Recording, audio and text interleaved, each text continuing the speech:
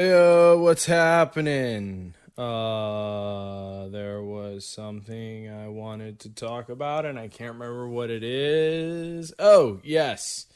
Okay. I'm out of movies to watch. I'm sure you're asking yourself, how can that happen? Well, I have a pretty particular taste.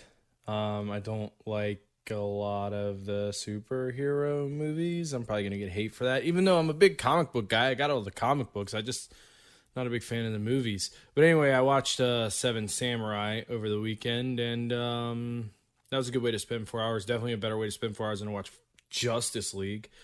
God, that movie was a slog. Anyway, I'm out of movies to watch, so if you have any good movie recommendations, throw them my way. I may have seen some of them, but I'll take any help I can get right now. Today's show is more of the same the last couple weeks, you know. Actually, that's not strictly true. There wasn't much basketball or hockey, or not basketball, I'm sorry. Oh my God. My marbles are full of mouth today, as Jerry Gergich would say. There wasn't a whole lot of baseball or hockey news, really, so it's mostly basketball and football today. But yeah, nevertheless, good show, so let's get to it.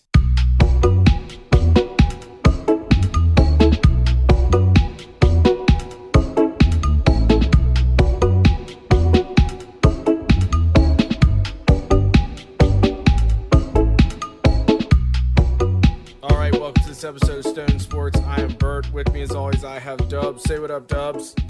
Здравствуйте. And Meech. What up, Meech?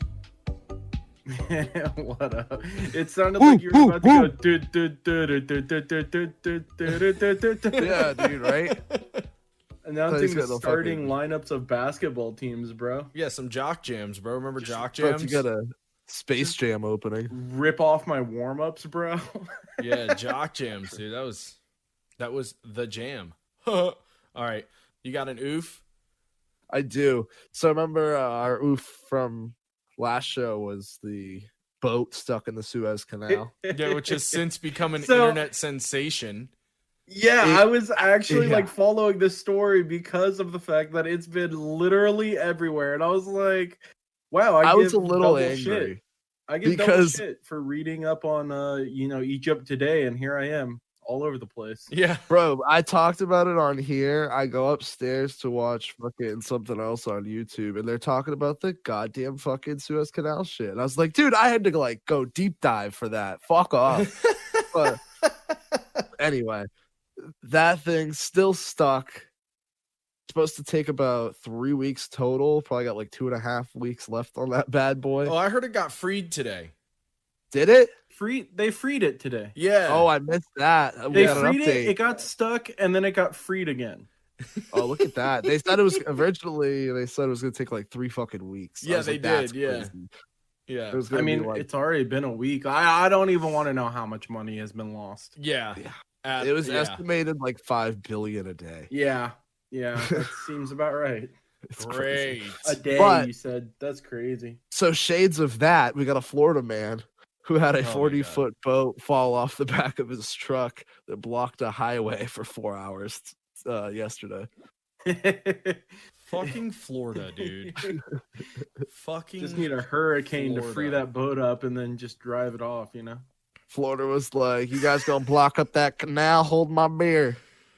Oh my God. Remember when the dude ate the other dude's face in Florida because he was high on bath salts? Yeah, sure do. That was like high school, I think. Yeah, for it was like I think 30. it was like right after we got out of high school, because I remember like we got some from a guy years ago, and he was like, all right, look, this is like new, so don't fuck with it. Like, don't take a lot of it because we have no idea what it does. And we're like, okay. And we were taking a shitload of it. And then like a few months later, or like a year later, that dude ate that dude's face off. And we're like, oh, that's the shit that we got. Like, they said the like technical name of it or whatever. And we're like, yo, we have a whole bag of that. And damn, I get rid of that. Dude, I fucking, one of my my best buddies was a frat boy, and he couldn't take drugs because of his job. So at some point we were at like a house party, and we smoked spice. And it is the worst. it's the worst. My lungs were on fire. I did it one time. I took one hit and I was like, that is the worst feeling ever. It was horrible. I was like, this should be illegal. Not fucking, well, it is. But weed should not be illegal. Like, what is going on here? And then I was like, yeah, it's not. It's always just worth it to smoke like real weed. Yeah. Yeah, it's like the salvia and shit. Like, yeah, salvia's, it's a bad time. It tastes weird, stick too. Stick to pot, people. Moral of the story. Yeah, stick to pot. Yeah, stick with the green. Speaking of, congratulations, New York. Passing Let's recreational go. marijuana. Let's go, New York. Good Snaps for for you. New For York. New York. I'm a little shocked they hadn't done it before. Like, they're a fairly liberal place. They are, yeah, but they had for a long time like tyrannical drug laws. So I was actually kind of surprised that it was, I was also surprised. So I was like, let's go New York. Yeah, it's weird. There are a liberal state, but they had like a very, very, very like tyrannical drug policy for a long time. So good on them. Way to go. All right. And then it's it's with Schedule 1 drugs too. So I'm sure that paused people. Yeah. Which is the stupidest thing I've ever heard of or seen in my life. But it is stupid. Yeah.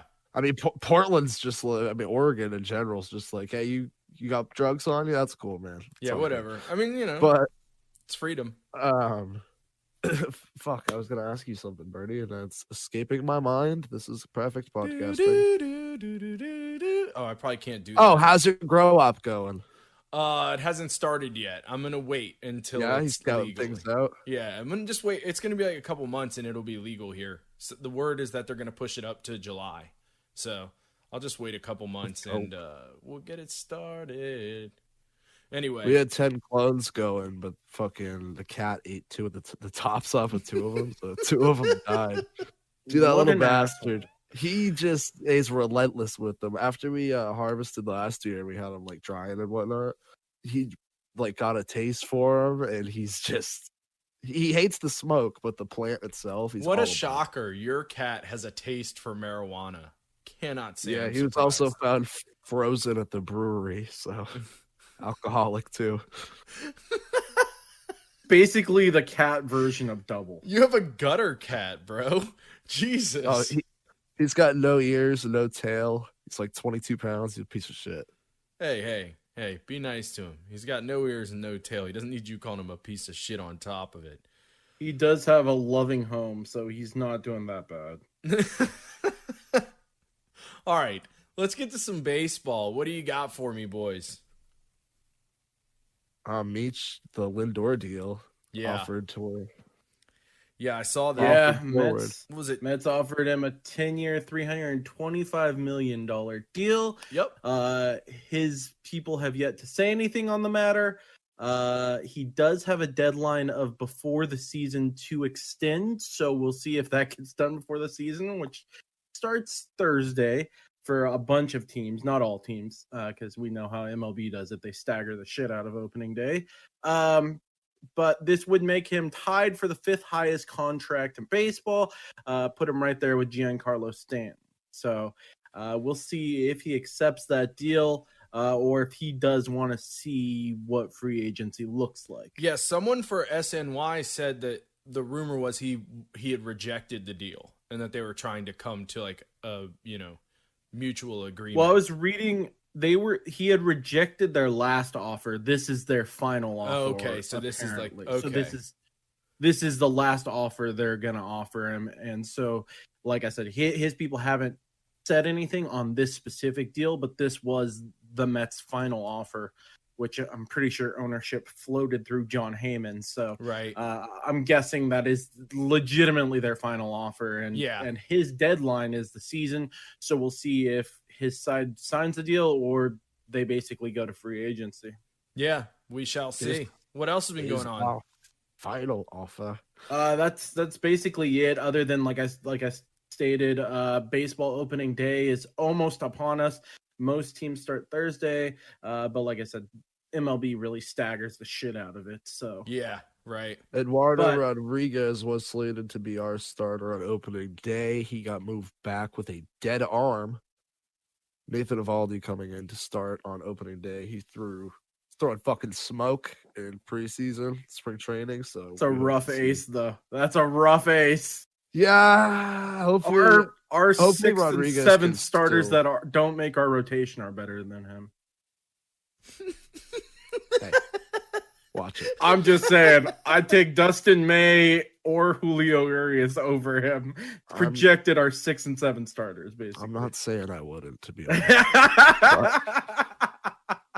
But we got Nasty late. He's on the fucking bump. Hopefully Rodriguez doesn't have to miss a whole lot of time. Maybe he can come in like second or third game of the season.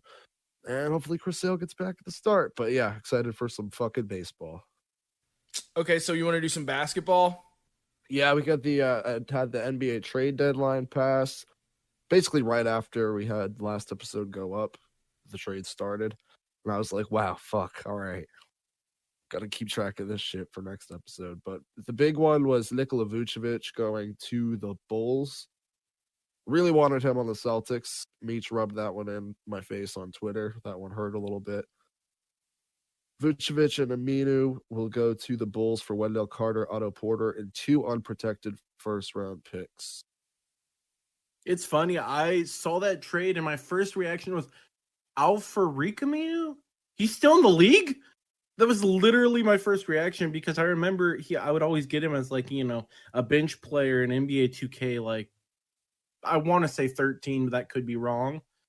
No, sounds right. Yeah, right? Like the NBA 2K13. 2K11, he was in the, he got drafted in 2011, but he was in like the My Player mode. He was one of your like first rivals in 2K11.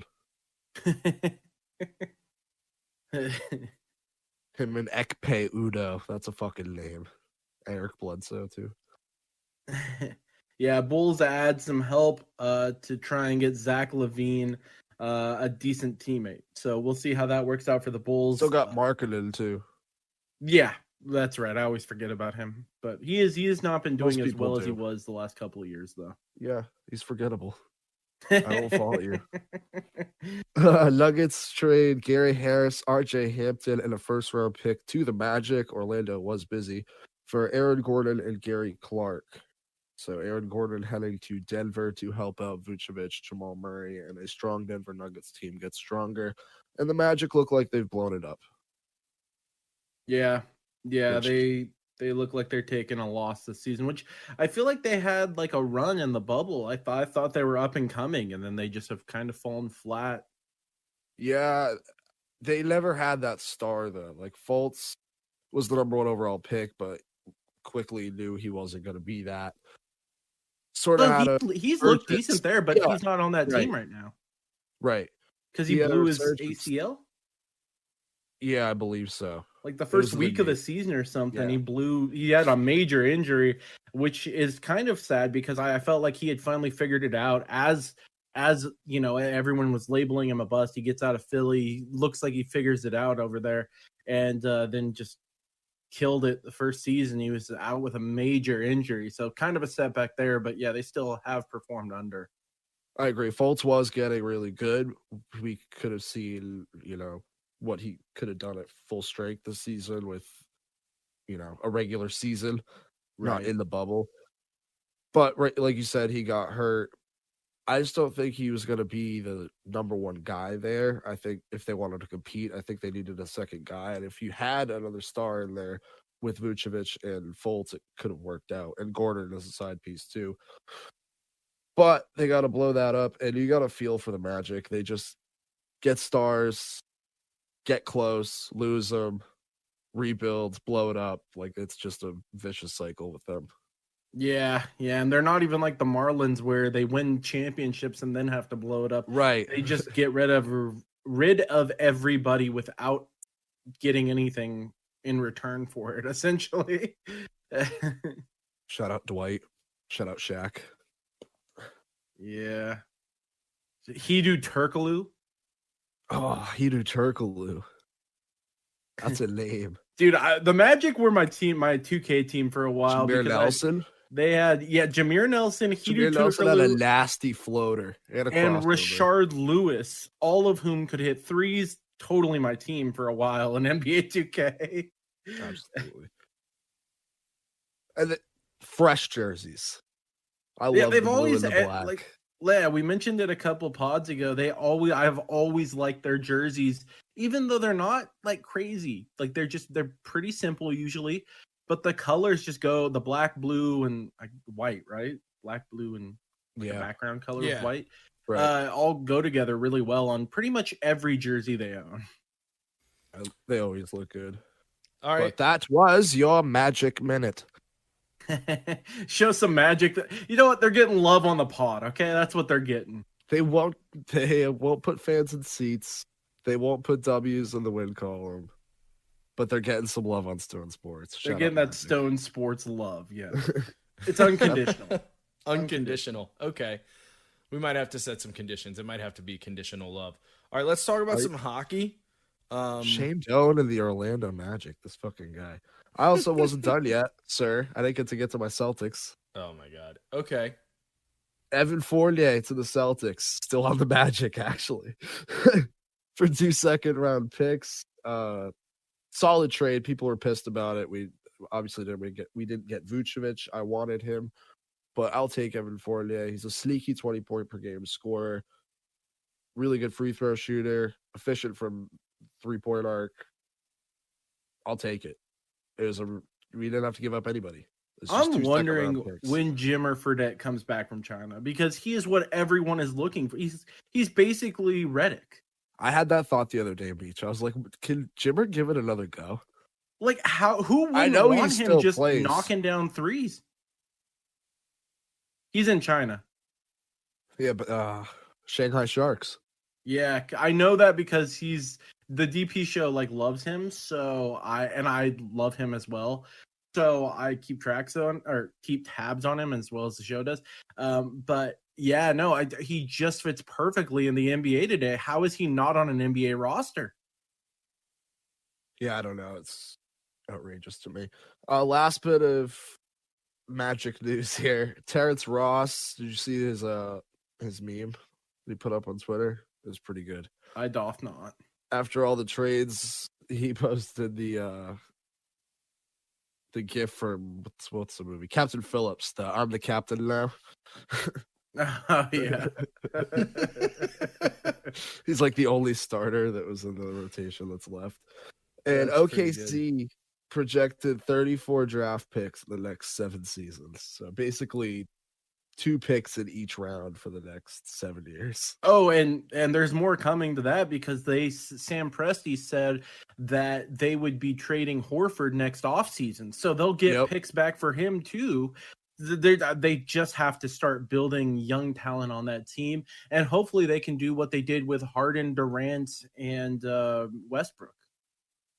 You know, hopefully they can love to see them draft well. Yeah, I mean, hopefully they can draft well and build a solid team to give OKC, which everyone says is a great place to play. They say the fan base loves them there. Like, everyone seems to like it there, but no one seems to like it enough to stay. Also, great jerseys. Yeah, they're solid. They're all right. I mean, you take those compared to the Sonics ones, and you're kind of like, they're not as good. But whatever. They're fine. They're not. I think if you rebrand it, not like completely redid the Sonics, but if you like rebranded them to look like today's NBA, they'd probably look pretty fucking sweet. Yeah, I mean, something about that green and the yellow, like the Athletics look clean, even though some other colors like that don't. Like those jerseys look clean. The Seattle Sonics did it really well, where they made green their primary color. So we'll see. I don't like the Packers jerseys though. The Packers jerseys are solid. I mean, I think I ranked them in my top 10. Yeah, they're not like they're classic all time, but they're they're a simple jersey sometimes can go a long way. I've said it a million times. I'll say it again. Shout out episode 5, the great jersey debate. Jesus, that's bringing it way back. Yeah, it feels like forever ago, boys. Right? It was only like fucking 4 months. Sometimes I think we've been doing this for 4 months. It feels like 4 years. COVID has completely destroyed sense of time. It's like an acid trip. It's dead. Sense of time is gone. Yeah, it's gone. It's out the window, man. Like, there are things that happened like a year ago, and I'm like, wait, was that a year ago or was that 2 years ago? And then I'm like, no, it was a fucking year ago. It's really bizarre. It's quick high thought. I'm curious how long it will take for people to take for granted, like, being outside and going out. I thought about that too. Actually, here's the thing that I've been thinking. What if like I don't remember how to be around people again? And like I say like a bunch of weird like awkward shit, or I just like, you know, like I get uncomfortable like when people get out of prison and they like can't handle it, you know, like if I'm in a room full of people, am I gonna be able to handle it? You know, or am I gonna be like I gotta go home? Got that like that guy at Brooks in Shawshank Redemption where he doesn't know how to live on the outside. Right, exactly. Yeah, I mean, let's not go further with down that road. But Birdie gets invited to like a 4th of July party, goes out, gets there, like grabs a beer, and just goes, "I can't be here." Yeah, I mean, I do that most of the time anyway, because drunk people are obnoxious to me. But yeah. All right, hockey. Yes, except Andre Drummond and Aldridge signed. Drummond. Oh yeah. Lakers. How did I forget about that? I almost forgot about it. I was almost like, "Yep." Jesus hockey. Christ. The ganja. Andre Drummond went to the Lakers. As Beach likes to point out, Celtics were in on him. LaMarcus Aldridge. The Celtics were in on everyone. It ended up with Evan Fournier, who's not even a bad player, but he got shit on because really it's just Evan like Fournier. The Russell Wilson thing for Chicago Bears. Right. You get talked about Russell Wilson, and then you bring in Andy Dalton. It's the same. Like you talked about all of these star players for the Celtics. They end up bringing in Evan Fournier, who isn't a bad player. He's great as a shooter. He's kind of what they need too. But I mean, in addition to a big, however, you know, compared to what that was talked about, you know, it just doesn't really satisfy. Bit of a disappointment, eh? Right. I agree. I am a big Evan Fournier guy. Like before this, I've always liked Fournier. I thought he's always been underrated. He's been a 15 to 20 point scorer for like over 5 years now straight. Yeah. But you're right, Mitch. We were thinking about swinging big, bringing in a big name to compete this season. And Fournier is good. I think he's going to help more than Celtics fans think he's going to help. But I get why people are, you know, down on it a little bit. I also feel like fans have semi lost perspective when they're talking about trading.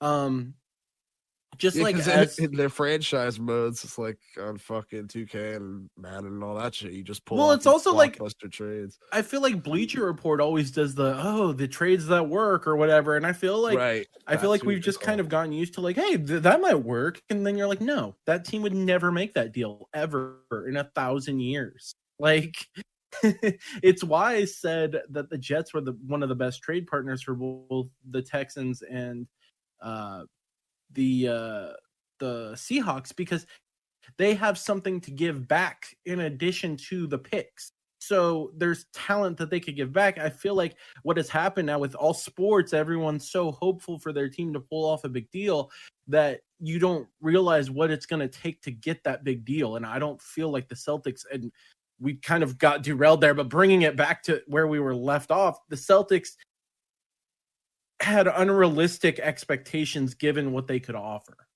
I agree. And if to that point too, like we have things to offer, but people would have been pissed if we offered up things to get those big names. You know what I mean? Right. Because you don't want to give up young players to get aging players. You want to mix them, you know, with late round picks, whatever. But yeah, no. And then Andre Drummond, like you said, so LaMarcus Aldridge went to the Nets. Creating yet another ex-player that's joining up to try and beat LeBron. 7 All-Star appearances between five players on that team now. Yeah, something stupid. Yeah, and then Andre Drummond went to the Lakers. I mean, it's not going to help if they can't get Davis and LeBron back. I mean, if they slip too far, it doesn't really matter who they bring in. Also, they kind of needed more of a shooter on that team, I feel like. So, you know, Jimmer Fredette. Jimmer, the Jimmer. Stone Sports supports Jimmer Fredette. Yeah, huge Jimmer Fredette fans here. But yeah, so those are the kind of ending waiver deals that were bought out at the end of the NBA trade deadline. So, but yeah, we can get to hockey in just a sec, Birdie. Last closing thought here. Mitch, you talk about like the trades, you know, Bleacher Report and everything tries to force them to work. Yeah. I always like when, like on SportsCenter and shit, when they have the 2 screens of like all the players on different teams, and like you drag this here, you make the cap work here, and then bang, the Yankees have the 5 best players in the MLB. Yeah, like I mean, trade machines that they all come out to work out in one team's favor every time on those shows. Yeah, and I feel like that's, as fans, that's what we've come to expect. Like, it's like the talk radio, the classic, like, hey, we'll trade you Mookie Betts and Mike Trout for a bucket of sunflower seeds. I'll hang up and listen. Like, that's just not how it works. Like, you just don't make deals like that. No one makes deals like that. See that broken dryer back there? Yeah. I mean, the one deal that I can recall that was like that was Mookie Betts for literally nothing, and then you guys complained about it, and we had to up our offer to a great player, but I'd still have Mookie Betts out of that. Okay. No comment. You're welcome. You're welcome. No comment. Still gotta hurt. Tell your fucking cult you got going on there to take their shit off of Fenway. First of all, it's not a cult. A lot of Dodger fans hate Pantone 294. Whatever the fan group is that put that up, they're ridiculous. And I know them and a lot of other. It's still fun to rub it in. I don't know if we needed to put a billboard outside your stadium. Just look at the starting lineup every game, and you'll see the same thing. Yeah. Heyo. All right. Put a billboard in 2018 outside your fucking stadium. Oh my God. I mean, I don't know what you're talking about. We're defending champs right now, so that's all. I see a season back at this point. 2017 kind of. It's just baseball memory. It spans 1 year. He's been it's very short. I'm like Dory. I have very, very short-term memory. Okay, so let's talk some hockey. I guess the first thing we could talk about is the Ekblad injury before we get to some trade stuff. And did you guys see the video of the injury? I saw him get carted off. I didn't see the actual video of It's really weird because it I don't know, it doesn't, like, when the way they talked about him like writhing in pain and shit, I figured it was going to be like super brutal video. And it's really not. He does fall kind of weird, and sometimes you can, I fell on a skateboard once and like destroyed my fucking knee. And it I don't know, it wasn't that bad. Or you wouldn't think it would have been that bad. So like sometimes you can just like tweak it weird, But yeah, he's out, and that is not good for them because he's arguably their best player. Well, not even arguably, he is their best player. He is the best player. Yeah, he just is their best player. So we'll see if the rest of the team can step up, but I'm doubting it. But thoughts and prayers to him because he's a good player and I like him. And it sucks that he's ended the season potentially with this injury. Yeah, huge hit for the Panthers. They've been killing it this year. He is definitely part of that. I mean, they have a lot of good pieces, but you never want to lose someone that powerfully offensive. Yeah, it didn't even look like a bad hit. Like I just watched it. It didn't even look. That's like what I'm saying. Yeah, I think funny it's the way he went down, which you can't really see on camera. Carson Wentz's ACL MCL injury didn't look bad at all. Like it wasn't like one of those injuries where you look at it and you're like, oh my God, you cringe. Like it wasn't like Joe Burrow's injury. It was just, it's the way body parts move sometimes. It doesn't have to be, egregious. Yeah, it's about momentum, and momentum shifting. And there's our favorite word again, egregious. I had to bring it up. Yeah, nice job, bro. Keep the streak going. Hell yeah, keep the streak going. Have we ever gone an episode without saying it? I don't know. Probably. I don't know, but for those listening, take a hit. Yeah, right? Yeah, a little bit of a shit show today. We are jumping around like crazy. All right, so there was a trade this week, and it was between the Kings and the Rangers. I don't know if you saw this, Meech. The Kings traded a 4th-round pick for Brendan Lemieux, which on the surface might seem like a bad deal for the Rangers. It's really not. They're actually just moving him out so they can bring up Vitaly Kravtsov, who is a forward that we have in our farm system, who's been, pretty consistently, I wouldn't say necessarily lighting it up, but putting up points. Like every season he puts up, between 16 and 20 goals and around 10 assists. So he's not a bad player, and they've just been looking for a spot for him. So I'm pretty sure that's the main reason they did it. Some people are speculating it's to sweeten the package for a potential big center. But, we'll see. I honestly, I can tell you don't look for points from him. He's an agitator. He's an enforcer. So he's going to, come around to start fights when people try to take a run on your players. I mean, it's a little bit of a prick. I mean, that might be good for the Kings. Sometimes guys like that get the team going. Yeah. And I mean, they have some every team on needs their a guy like that. Yeah, they have some scorers on their team. They just can't get consistent goaltending, and they're not. I mean, that's I think honestly their biggest problem. I've seen a fair amount of Kings games. I feel like it's almost always the goaltending that's a problem for them. Right. Sometimes they just won't score too. Like I've watched at least 3 or 4 Sharks games where the Sharks have our number apparently because we just don't score against the Sharks. It's but they're crazy. A young team, right? Haven't you guys the Kings? Haven't you younged up, if you will? I mean, there's a lot of young players, but you still have Kopitar, Brown, Jeff Carter. There's still some names. Guy. Yeah, it's just there's a lot of players. You get inconsistency in scoring. It's just part of it until they get a little bit more developed. We're going through the same thing. And Atalasiu, or I can never say his name. I can't either. He is great. I like him. He was brought in at a pretty good price, and he's been really good. Yeah, no, you're definitely right. Robitaille and Blake have really tried to start basically the rebuild essentially. While keeping their pinnacles.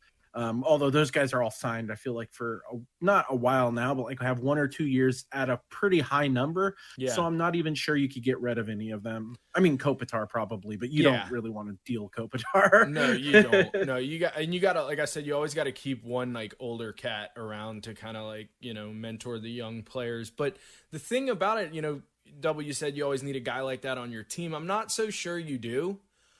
You do. I think at one point you did, but I don't think it's the same game anymore. If you look at the Lightning, if you look at they don't need to get significant fucking minutes, but you need a guy on your fourth line or something. If you look at the Lightning, they have Barclay Goodrow who beat the shit out of that one guy. Yeah. That was the guy we couldn't think of the name of. It was Barclay Goodrow, bro. That's probably the fucking name. Time he does it. But all I'm saying is I don't think the role of the enforcer is on its way out, man. Because you look at Lemieux, it's a $3 million deal for 2 years. That $3 million goes a long way. It's just 1.5 a year. Yeah, it's just you can. That's not that bad. I mean, Johnny Hockey. It's. I mean, 1 million can make a difference. You can get a couple good defensive depth, or even good forward depth for that, as opposed to wasting it on a guy whose main role is to agitate. I really think the game is phasing out of that. It used to be completely necessary, but they are starting to crack down on dirty plays, and I just feel like the game's moving away from that. And are they? Tom Wilson's still just chilling. Yeah, well, Tom Wilson also did get a 7-game suspension for that. So, 5 years ago, it would have been 3 games. I think he had 3 goals the other day, 2 goals the other day, maybe. He's not. I don't know, but you know what, man? I'm gonna say that I think they're a little fraudulent. I really do. The Caps? Yeah, if you look at their box score this season, they give up so many leads. They had a 4-goal lead on us the other day, and we scored 4 in the third period. 4 goals in the third period. I saw that game. That's not going to cut it in the playoffs, dog. The problem is their goaltending as well. Yeah. I mean, they just did. But I don't know if that's a fraudulent team. Their team is good. They need goaltending. Yeah, I mean, I'm just saying, I don't think, if that problem continues to persist, it's not going to be good in the playoffs, at all for them. Because the teams that are going to make it are going to pounce on that, I mean, I get it, but at least they have consistent scoring. My whole calling out the 76ers, the Flyers, was that they didn't even have consistent scoring necessarily. Yeah. So they was they almost lost to the Sabres today. Yeah, well, let's talk about the Flyers news of the week, and Alain Vigneault being typical Alain Vigneault again and calling out Carter Hart. Did you Just got to work harder. Just got to work harder. Dude, I mean, I could go on. Buckle like down we could do and an get to entire work. episode about how much I think this guy is a fraud of a coach. And you have a weekly like example. Alain Vigneault like bashing session. I've never heard keeps his giving name us ammo. more than out of your mouth. He keeps giving us ammo. You really, really dislike him. Dude, I'm telling you, go, like, if you do a deep dive on Alain Vigneault, which there's no reason why you should, but if you did, you'd completely understand, because he does this. He leans on the goalie. He makes his goalie face, 40, 50 shots a game, and then when they don't perform... Like, elite video. Yeah, like, nice. And when they don't perform, he shits on them. And it's just like, dude, shut the fuck up. Like, your flawed system. Every time you come into an organization, you tear up the roster and trade it away. You don't deploy players well at all. You can't fucking deploy lines properly. Like, it's garbage. The guy is just a fucking fraud. And I really, really hope that if the next season doesn't go well for the Flyers, they fire him and another team does not hire him, because it's only going to be bad news for that next team, whoever it is. But, like you said, Meech, granted, Carter Hart has not been good this year, and I think that's a fluke. I think it's one of those things where he's just having a bad year and he'll bounce back. But he hasn't. He has had games where he has looked great this year. But the it's majority, not like every game is bad. The majority, it's been worse than it has been good, which is not characteristic of him last year. Last year, he looked really good, consistently. So I don't know what's happening there at all. But, like you've said before, Meech, like, they're not helping him at all. Like, they're constantly putting him in positions where he pretty much can't make the save, Yeah, I mean, I've never seen so many people just walk over the blue line. Like, in so many of the Flyers games that I saw this year, they don't have that goal scoring ability to give up those defensive possessions that they give up. I mean, they just don't. Yeah. And now it's finally starting to take its toll. Though all of those shots on goal are now getting in. You have to pay the troll toll. Ooh, exactly. What a good episode. Pillow pants. The best. The Pillow pants. What's the name of the mouth troll? Lister Fiend? Is it Lister Fiend? I think Lester Fiend. Yeah. Lester Fiend. Lester Fiend. Yeah, it's pretty good. Pretty good. God, I need to watch that movie again. That movie is one of my favorite movies. I watched it a while ago, and it held up pretty well. I was laughing. It's so good. Yeah, I mean, I don't really have much other hockey news other than that, unless you boys have some stuff you want to talk about. I think that will wrap up the puck talk. Yeah, I don't, there's not a whole lot going on other than the NFL. We're kind of just sitting and waiting for the trade dedeadline. It was like how the NBA was the last couple of weeks. Yeah, and honestly, I don't even know if much is going to happen. Yeah, I mean, the Kings made another deal today, but it was just literally minor, like just a lot of minor moves. People are getting goalie depth. People are doing this. People are doing that. No big names have been moved yet, really. Yeah, I'm not so sure any big names are going to get moved until the off season. Like, once it gets closer to the draft, that's my gut feeling. Is once it gets closer to the draft, people are going to start moving their picks for big players. But we shall see. All right, let's talk about some football, boys. Speaking of the draft. Dolphins making moves in the NFL draft. They have made a move with the San Francisco 49ers that will give them the Niners will get the third pick from the Dolphins. That was Houston's pick. Dolphins get the 12th pick, a conditional third and first round picks in 2022 and 2023. So big move for the Dolphins. It looks like they got 2 first round picks there. It looks like the Niners are moving up to get a QB, if I had to guess. Yeah, I feel like everyone feels like Garoppolo's the next Goff. He's the next one that's going to get traded, that's on a deal. Come on home, Jimmy. Yeah, you come on back to Bill. You can have him. They come crawling back to Bill. They always come crawling back. Hey, Jimmy. Oh my God, so creepy, right? So creepy. Yeah, no. And then they turned around and traded us. Dolphins turned around and traded us to get the 6th pick after giving up the third, which I was happy about because it means we're all in, at least for this year, on Jalen Hurts. We get some more draft picks. I thought it was Hurts was the big winner in that one. No, the Eagles are a big winner because we need other positions other than quarterback, and God damn it, they need to draft. Roseman will fuck it up, bro. I know. I know he will. I just am kind of. I have to give him props when he does something right, but God, I just see that everyone's like, oh, Jamar Chase will probably still be there, and I'm just like, oh God, until he picks, Jalen Rager instead of Justin Jefferson. Oh my God, let's not talk about it. I don't want to talk about it. Okay. So far, he's making decent moves. Let's hope that he drafts well, which he almost never does. I'll pray for you.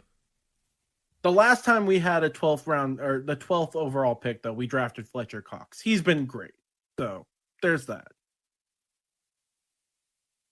New mock draft has the top 3 being quarterbacks, which we just sort of touched on there. Lawrence to the Jags, which Urban Meyer has basically outright said he's taking Trevor Lawrence. Wilson to the Jets from BYU. That one's the one I'm up in the air about. I feel in my dick they're going to draft a quarterback and get rid of Darnold, but they also might keep Darnold and get something else.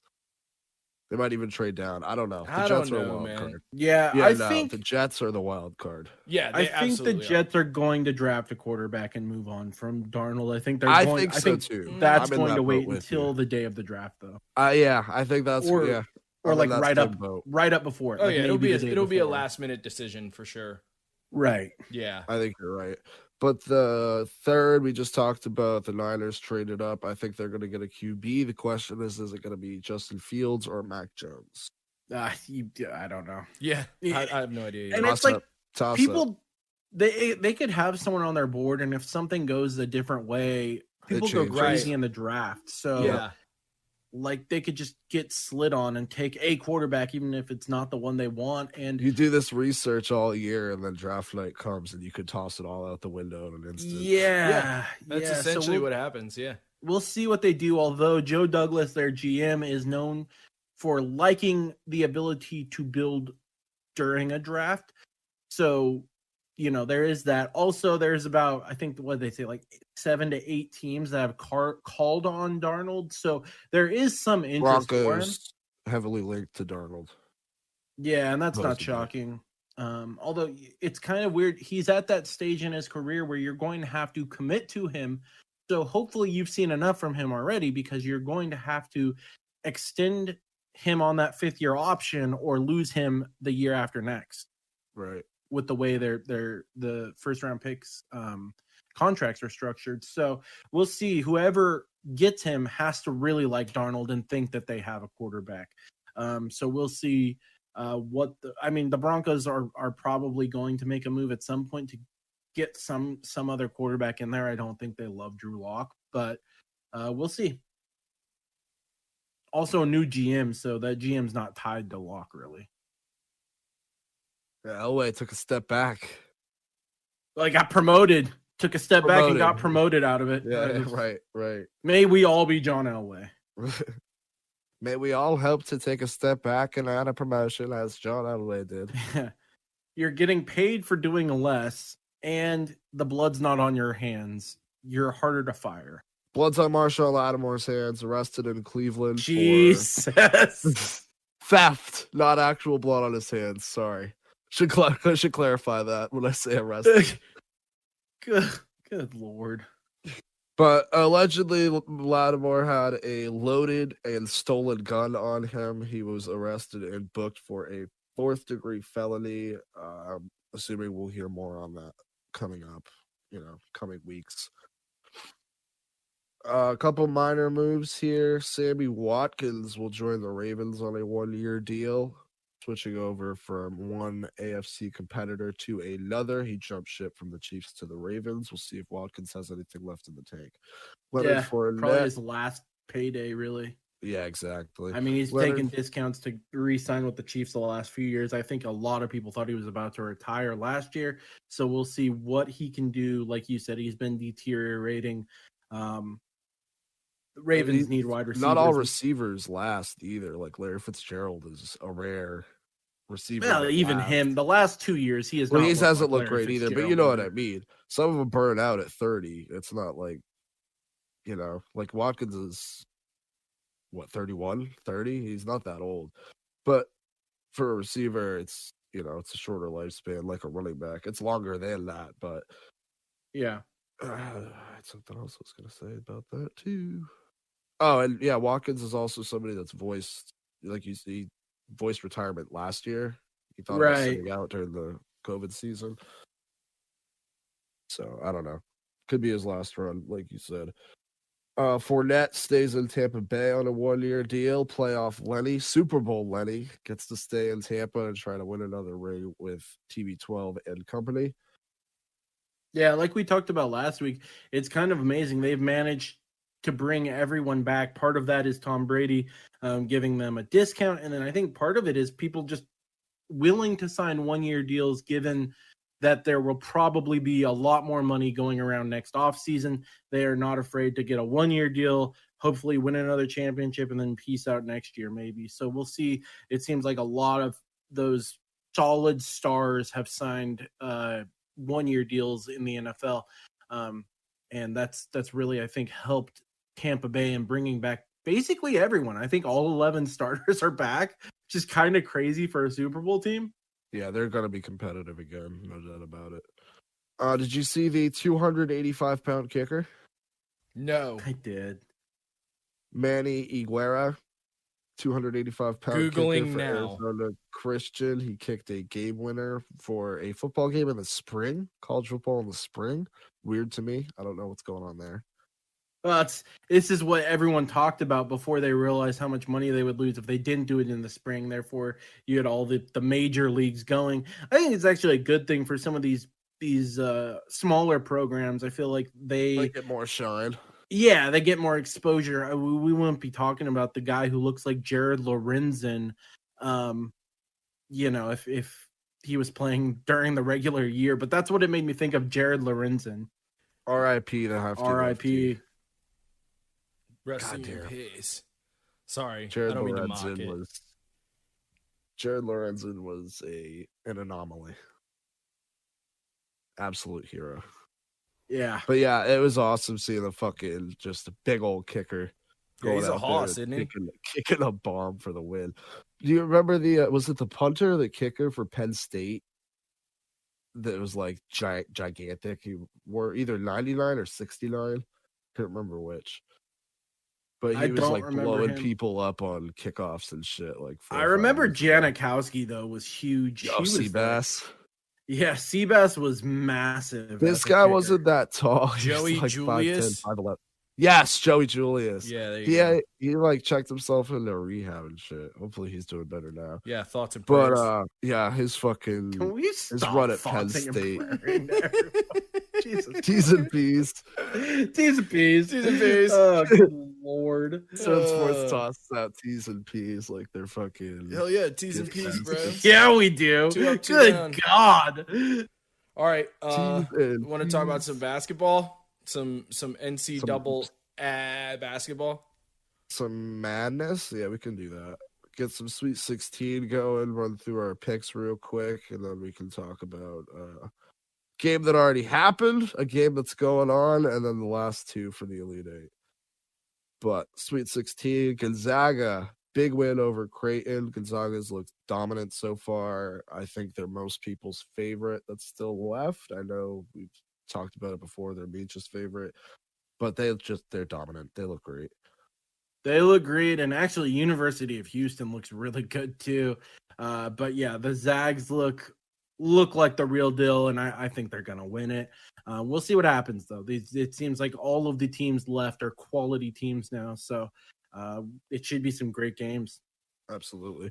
USC beat Oregon 82-68. Good for USC. Michigan beat Florida State 76-58. Couple of sleeper games there in a row, a few blowouts. UCLA. Well, it was weird. Everyone thought that Livermore? Talking about player. Livers. Everyone thought that Michigan would just close up like a folding chair, and without their their point guard Livers, and they've looked really good. It seems like Juwan Howard has that team rolling full speed ahead. Yeah, we talked about it at the start. We thought they might be a one and done or second round team, but like you said, Howard's got them rolling, they're gelling, and they look better and better each round. Yeah, he's really got that team playing well together as a team, and fundamentally they don't turn the ball over. They look really good. So, I mean, everyone's been picking them to go out every single round, it seems like, and every single round they win. We were right on those 3 games. This is the first one we were wrong on. I was right on it, though. Fuck you guys. UCLA beat Alabama 88-78. UCLA advances. Baylor beats Villanova 62-51. Picked up the win there. Oral Roberts. R.I.P. Oral Roberts. T's and P's to Oral Roberts. Jesus Christ. That was a great game, though. That might be the best game of the tournament so far. That was great. I was at work for it, but I was able to catch the very end of it, like the last couple minutes. But it was a crazy game. That the point guard for Oral Roberts has played himself into a potential NBA draft pick. He is so good. Yeah. Arkansas 72-70 over Oral Roberts. Their Cinderella run will come to an end as Oregon State's continues 65-58 over Loyola Chicago. Meech, anything on your boys? I was sad that Loyola. Those were the first 2 games of that day too. Weren't they? Or they were both on the first day at least. That was the first one, Loyola versus Oregon State, and it's like they lost the ability to shoot. They missed, I believe I counted 7 or 8 possessions in a row. So 7 or 8 possessions they just missed on shots, and it was just like they could not get anything going offensively. And as defensively locked down as they were the game before, it looked like that happened to them this game. So it was very, very weird. But their shooting was way off that whole game. I think they missed ton of threes. I don't even think they made one till almost the end of the first. Krutwig, Sister Jean, and the Ramblers are sent home by the Beavers. Beaver, I hardly know her. Syracuse versus Houston. Houston got the win, like you said. The Cougars are looking better and better. And with Loyola, we'll see if Coach Mosier stays there, because good call. He could be a hot name. He's going to be the belle of the ball. So we'll see if he's like Mark Few stays there, or also real quick, your boy Shaka. Yeah, I didn't know I was gonna bring this up at the end, but yeah, Shaka bolts to Marquette. They are one of those tournament darlings that always pops up at the end of the year. Marquette had one of my favorite college teams ever with Jimmy Butler, Jay Crowder, and Darius Johnson-Odom. Yeah, they also have really nice jerseys too. Yeah, I like them. Their jerseys are clean. But yeah, Marquette gets Shaka Smart. A lot of people have been pretty excited about this move for Shaka, saying that this takes him back to one of those smaller basketball-focused schools like he was at with VCU. We'll see if he can rekindle that kind of magic he had at VCU. Didn't quite work out at Texas for him, but Texas is picky. We've seen it with football and basketball. They think they're better jobs than they actually offer. So they throw money at people, but a lot of the times their expectations there are way too high, I feel like, for what they are now. I second that. But yeah, saw my boy go to Marquette, and I think that's a great move by Marquette, and we'll see what he can do going forward. Yeah, because he's one of the hottest coaches in college basketball before he went to Texas, and even when he got to Texas, didn't really have much success there. Like you said, not all attributed to him. Hopefully he can rekindle something at a smaller, more basketball-focused school, like you said. Yeah, and there's something to be said for that, like not having to answer to basically anyone. Right. when you're like that. I mean, I feel like, and then that's what will be fascinating to see if Mosier stays. They're probably just going to give and they're just going to give Shaka the keys at Marquette. Oh, absolutely. I mean, yeah. But that will conclude our Sweet 16 recap. We will move to the Elite Eight. Oregon State lost to the Houston Cougars, who moved to their first Final Four since the 70s, 80s. Oh, also, it's been a while. Cuse looked. It was funny because, like I said about Loyola Marymount, Chicago, the Cuse looked the same way. They had them locked down defensively the game before that. In that game, their shooting ceased to exist as well. It was so weird with those two games. You feel like they lost their ability to. They couldn't hit a bucket. It was kind of crazy. Right. And that game with Oregon State came down to the wire, but then they sort of pulled it away with, the end free throws, hitting a couple. This one kid hit a corner three that was absolutely disgusting. It was over two people. Who's talking mad shit after. Love to see it. But Houston will move on to the Final Four. Oregon State's Cinderella run will come to an end. 12 seed advanced to the Elite Eight. Oregon State wasn't even supposed to make the tournament. They won their conference tournament and went on a run once they got there. So shout out Oregon State. A great coach's name, Wayne Tinkle. Yes, Coach Tinkle. Coach Tinkle. Former Montana coach? That sounds about right. Somewhere like that. Minnesota, Montana, somewhere like that, yeah. The other game that's on right now is Arkansas versus Baylor. Do we have a score update on that, Meech? I will get you one in a second. Well, Arkansas versus Baylor is on now. I like both teams. I've picked both of them a couple times throughout our picks here. Baylor's got the mullet. Baylor's killing it. It's 60-48 with Baylor's 12 winning. and a half to go in the second. All right, so let's go Bears. Let's go mullet. Looks like Baylor should be able to wrap that one up and move to the Final Four to take on Houston. On the other side of the tournament. Oh, sorry, go ahead. I was just going to say, and Baylor looks like the real deal, too. That's what I'm saying. Like Baylor looks real good. The teams that are left have all looked really fucking good. Exactly. Like these teams, you are finally getting to the cream of the crop now. And so, well, I think the Zags are still going to win. Baylor has looked impressive the whole tournament. I mean, they have just killed it the whole tournament.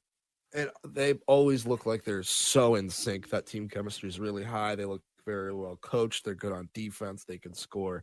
Baylor's good depth. Really well. They great depth. I feel like I've seen a number of games in this tournament where, people get into foul trouble and it's always a factor. People don't talk about that enough. Yeah, they say, tournament time.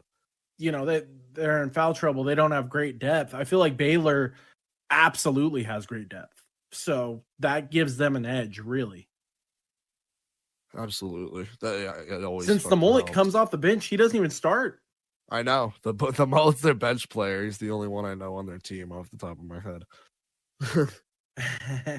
I mean, you want to be recognized in like a tournament, come up with like a horrible mustache or hair. The dude on Gonzaga with the mustache, is it Timmy? Yeah. They keep talking about that dude's facial hair every time they play too. It looks like a 70s porn star. They're saying his mom tried to get him to shave it. He was like, nah, and the team convinced her not to. Well, you can't do it now. You're winning. Exactly. They're like, look at your stats pre-tournament, post-tournament. Yeah. That's pre-mustache. That will keep the stash there. Love it. Speaking of Gonzaga, they're going against USC. Meech, I know you're taking Gonzaga. I will too, so that will overrule any pick Birdie has going to try to pull out of his ass. And Michigan versus UCLA. You just hear a flat line. No, I got nothing. He's right. Birdie's I got nothing. He's right. I am usually not into the tournament. I have been very focused on the tournament, mostly because of betting this year. But I am taking a break from betting at the moment. Are you really? Tournament. Yeah. Never thought I'd see the day. Yeah. I cashed out a large amount of money. Rock bottom. No, he went out up, which is crazy. It was I mean, I almost didn't a couple times. I came back. I rebounded well. At night you were down. I was like, he's not a happy camper. You were at two in separate a foul mood. I was down to $70 in my account. Oh my God. And $2 in my account, and rallied back to 1,000. So cashed out. So what night did you play with me? Because you wouldn't tell me the amount. What night did you play with me when you were super pissed off? Was it the 70 or the 2? The 2. I lost at least $300 that day. Bro, Frodo asked him how much he lost, and Meech goes, "I won't give this motherfucker the pleasure of telling him how much money I lost." Yeah, because Frodo's psycho and like takes joy in other people's pain, but I was in a salty mood that day.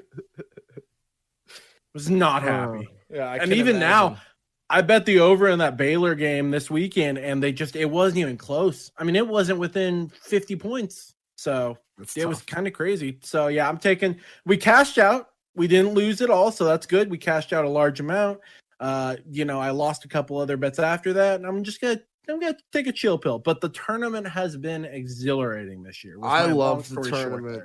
Yeah, every year I love the tournament. I always have. I think what does it for me is that first weekend where there's just so many fucking games on, and you just press last channel, and you get and there can be huge upsets. Yeah. Every game's close. You learn about players that like you wouldn't have otherwise, and then me being just a sports fan, I see those players in an NBA game 3 years from now. I'm like, oh, that's that fucking dude from Marshall who hit that game-winning 3 in the first round.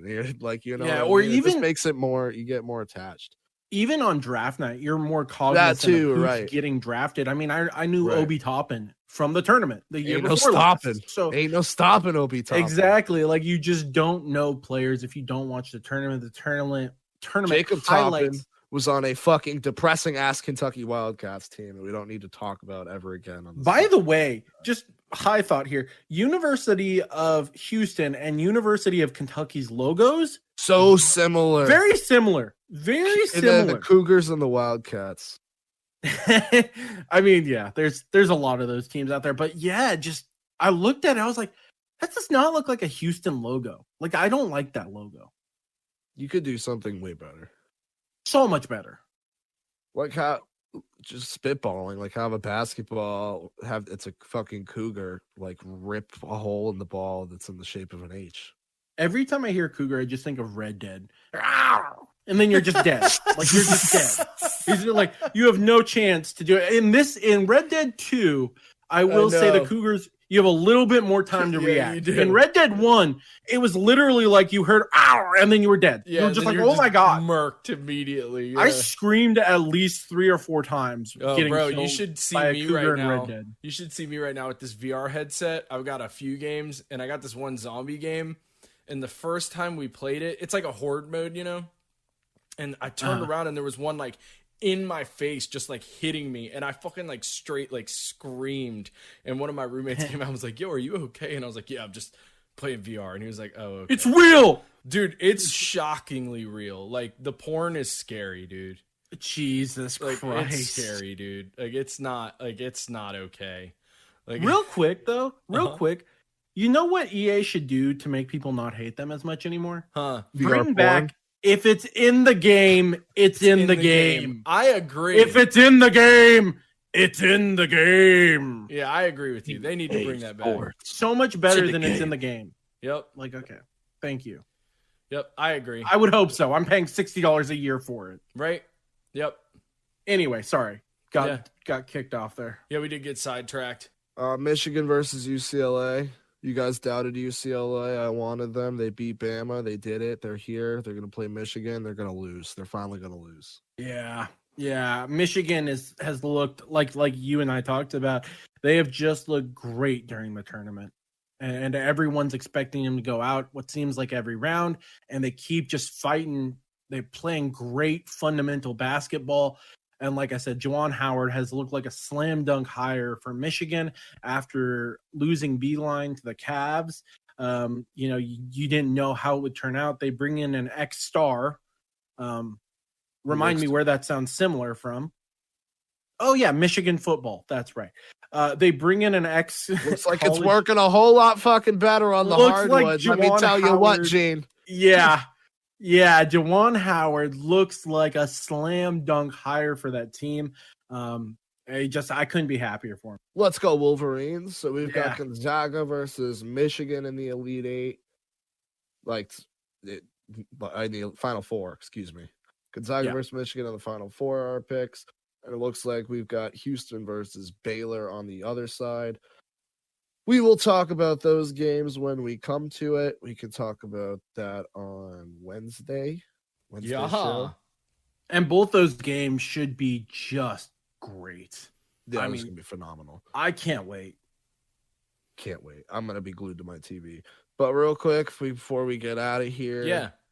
Francis Ngannou, heavyweight champion, knocks out, your new heavyweight champion of the world. New. Francis Ngannou knocks out Stipe Miocic. Good for him. I'm a big Ngannou guy. I watched his first fight at 2:00 while they were in Poland. Fought Curtis Blades like 5 fucking years ago. And I was like, wow, that guy's got scary fucking power. And I wanted Blades to win, and Ngannou KO'd him from a doctor stoppage. His eye was like so swollen he couldn't see out of it. Yeah. But I'm kind of a novice when it comes to UFC. That's the heavyweight division, right? Correct. Yeah. Okay. Because we need to have, in fighting, you have to have a heavyweight division, I feel like. Yeah. You do. And this guy is the definition of heavyweight champion. For sure. Yeah, he big looks like punching a beast, power. Dude. He looks the part. He can talk his shit. He called out John Jones. They've been going back and forth for a few months now, even before this fight. Jones wants to get paid to do it, which I don't blame him. I would too. He makes Jones look so tiny, though, I feel like. He does. He's so much bigger than Jones. I believe he only has an inch on him, but the weight difference is a lot. Yeah. And Jones carries himself around 225, 230. Like, he cuts a significant amount of weight to go down to light heavyweight. Yeah. And Ngannou cuts weight to go to heavyweight. Yeah. Dude walks the walk. Like, he walks at 300 built, which is fucking scary. Yeah, that is just a fucking absolutely terrifying. Yeah, dude walks the walk, man. Like, that's all you can really say.